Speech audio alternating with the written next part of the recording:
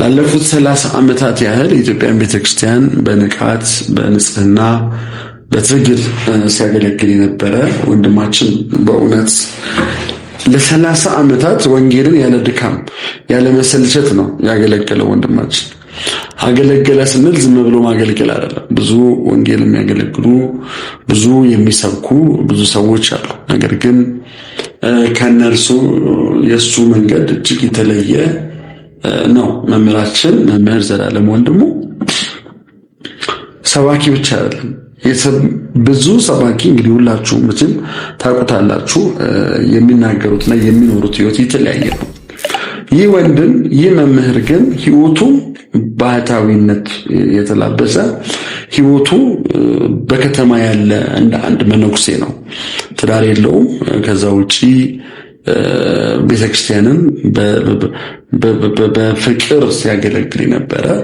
ቤተክርስቲያንን በእምነት ሲያገለግል ነበረ። ውድ የቤተክርስቲያን የስስት ልጅ ነው። እንግዲህ ብዙዎች አለቀሱ፣ ብፁዓን አባቶች አለቀሱ። በጣም ብዙ ሰው እንግዲህ በእንባን ያለቀሰ ዘላለምን እንግዲህ እግዚአብሔር ምን ያህል እንደሚወደው ሰው የሚወደውን ሰው እግዚአብሔር ይወደዋል። መምህር ዘላለም ወንድሙ አሜሪካ የምትገኘው በተለይ ዲሲ ቅድስት ማርያም ቤተክርስቲያን እሳቸው ራሳቸው ናቸው የመሰረቷት። እዛ ላለው ሕዝብ እግዚአብሔር ስላሰበ ለወንጌል ለአገልግሎት ወደ ዲሲ ሄደው ከዛ በኋላ እንግዲህ የሆነውን ነገር ታዩታላችሁ። እዛው ዲሲ አረፉ ማለት ነው። ዲሲ ላለው ሕዝብ እግዚአብሔር ሐዘኑ እንዲወጣለት አደረገ። ይሄ እግዚአብሔር ፈቃድ ነው።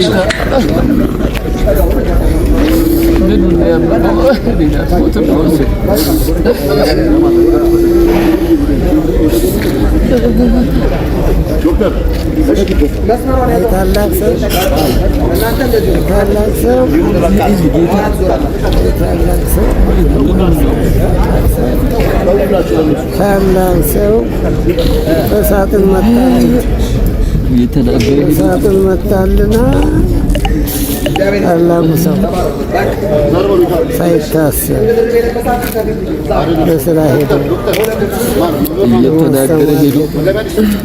በማስተማር ሄዶ እሳትን መታ። እሳትን መታ እናቴ ይሁን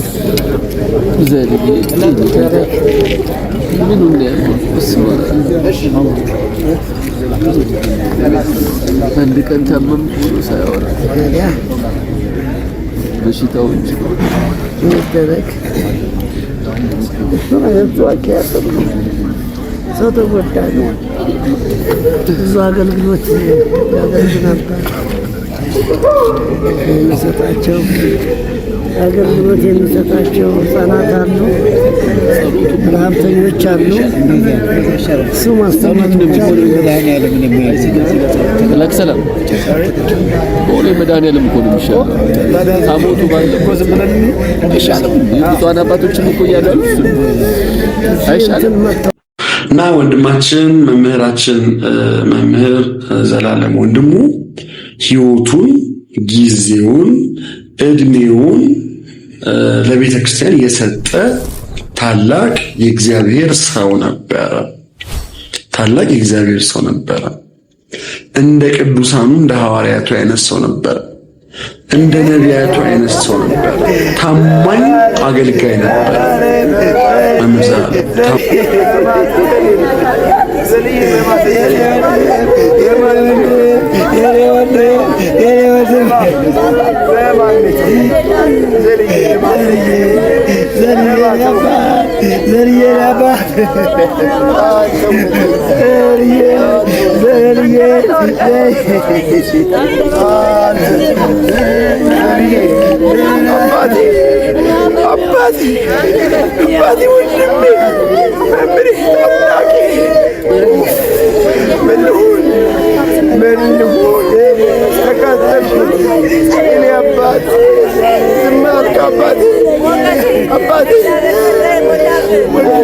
መምህራችን መምህር ዘላለም ወንድሙ ታማኝ ባሪያ ነበር።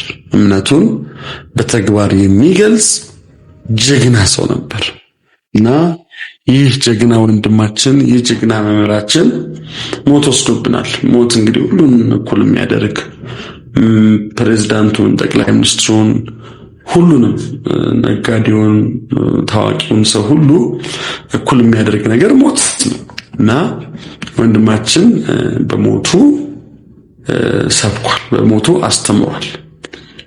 በቆመው ብቻ አይደለም፣ የሰውን ፍቅር አይቷል። ምን ያህል ሰው እንደሚወዱ እንግዲህ ዲሲ የነበረውን አሸኛኘት አይታችሁታል።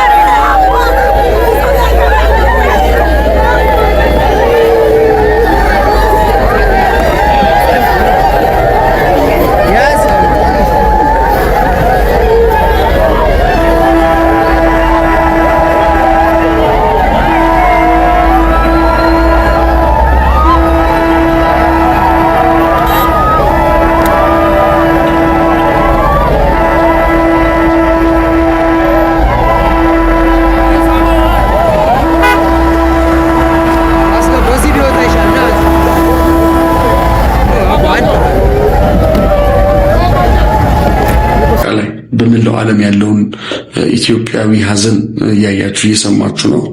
ኢትዮጵያውያን በደንብ አዝነዋል፣ በጣም አዝነዋል።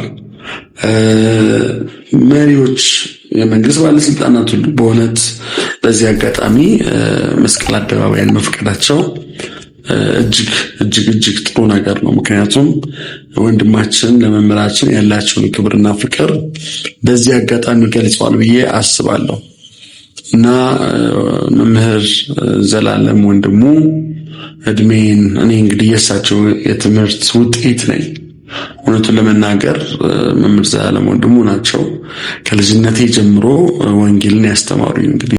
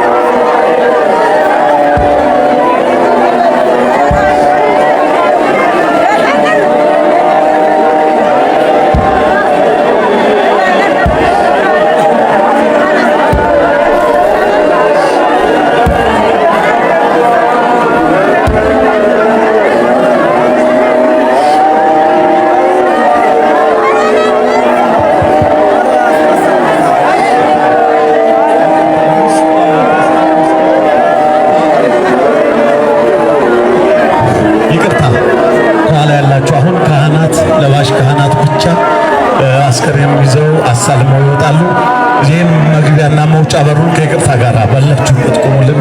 ከይቅርታ ጋር ሰዎቻችን ከይቅርታ ጋር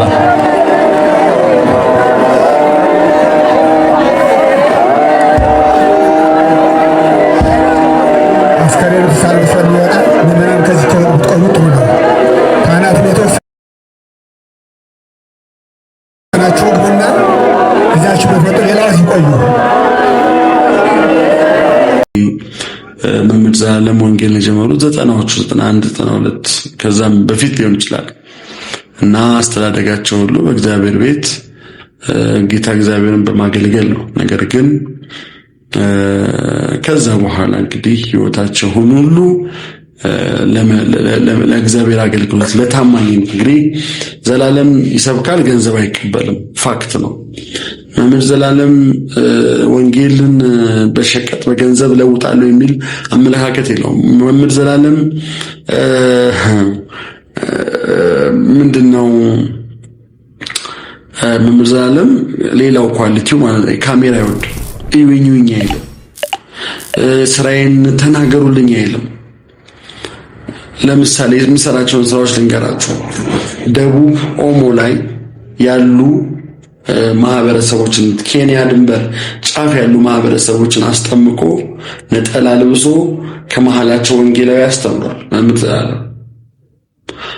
መምህር ዘላለም በአዲስ አበባ ባሉ አብዛኛው አድባራት ሳምንታዊ ጉባኤ ነበረው። መምህር ዘላለም በደብረ ዘይት ቅዱስ ሩፋኤል እኔ ባደኩበት ደብር ሳምንታዊ ወርሃዊ ፕሮግራም ነበረው። መምህር ዘላለም በናዝሬት ቅድስት ማርያም ቋሚ የሆነ መርሃ ግብር ነበረው። እስቲ እናንተም ንገሩኝ፣ መምህር ዘላለም ይህን የምታውቁት በምን ሁኔታ ውስጥ እያለ ነው የምታውቁት? ኮሜንት ላይ ጻፉልኝ። ላይክ አድርጉ፣ ኮፒ ሊንክ አድርጉ አካውንቱን።